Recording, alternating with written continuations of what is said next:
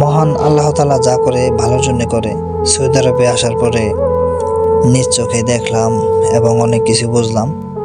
মহান রব্বুল আলামিন এই বিশাল বড় বড় পাথর সে কিভাবে এত উঁচু পর্যায়ে নিয়ে গেছে, কিভাবে রাখছে, সবই ওই মহান আল্লাহ তাআলার খেলা। তো যাই হোক, মক্কা যাওয়ার পথে বিশাল বড় বড় পাহাড় দেখলাম।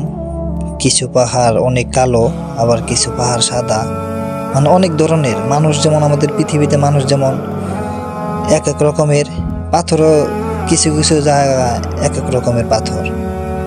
কোনো পাহাড়ও আছে উঁচু অনেক, আকাশ ছোঁয়ার অবস্থা, আবার অনেক পাহাড় অনেক নিচু। তো যাই হোক, আল্লাহর দরবারে হাজার শুকরিয়া। তো আল্লাহ হয়তো আমার কপালে লিখেছেন বিদায় আমি যাইতেছি মক্কার উদ্দেশ্যে।